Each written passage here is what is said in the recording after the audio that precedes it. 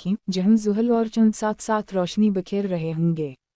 उसी दिन सैखा 3 से 48 पर सैयारा ज़मीन सूरज से अपने करीब तरीन मकाम पेरिहिलियन पर होगा। एक लम्हा जो हमें याद दिलाता है कि हम सूरज के गर्द अपने मदार पर कितने अनोखे अंदाज में सफ़र कर रहे हैं।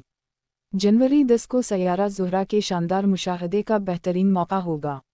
इस दिन ज़ुहरा अपनी रोशनी के उरूज पर होगा, ग़ुरूब आफ़ताब के बाद जुनूब मग़रिब की तरफ झिलमिलाता हुआ। जनवरी 11 की रात चंद और मुश्तरी की करीबी मुलाकात होगी।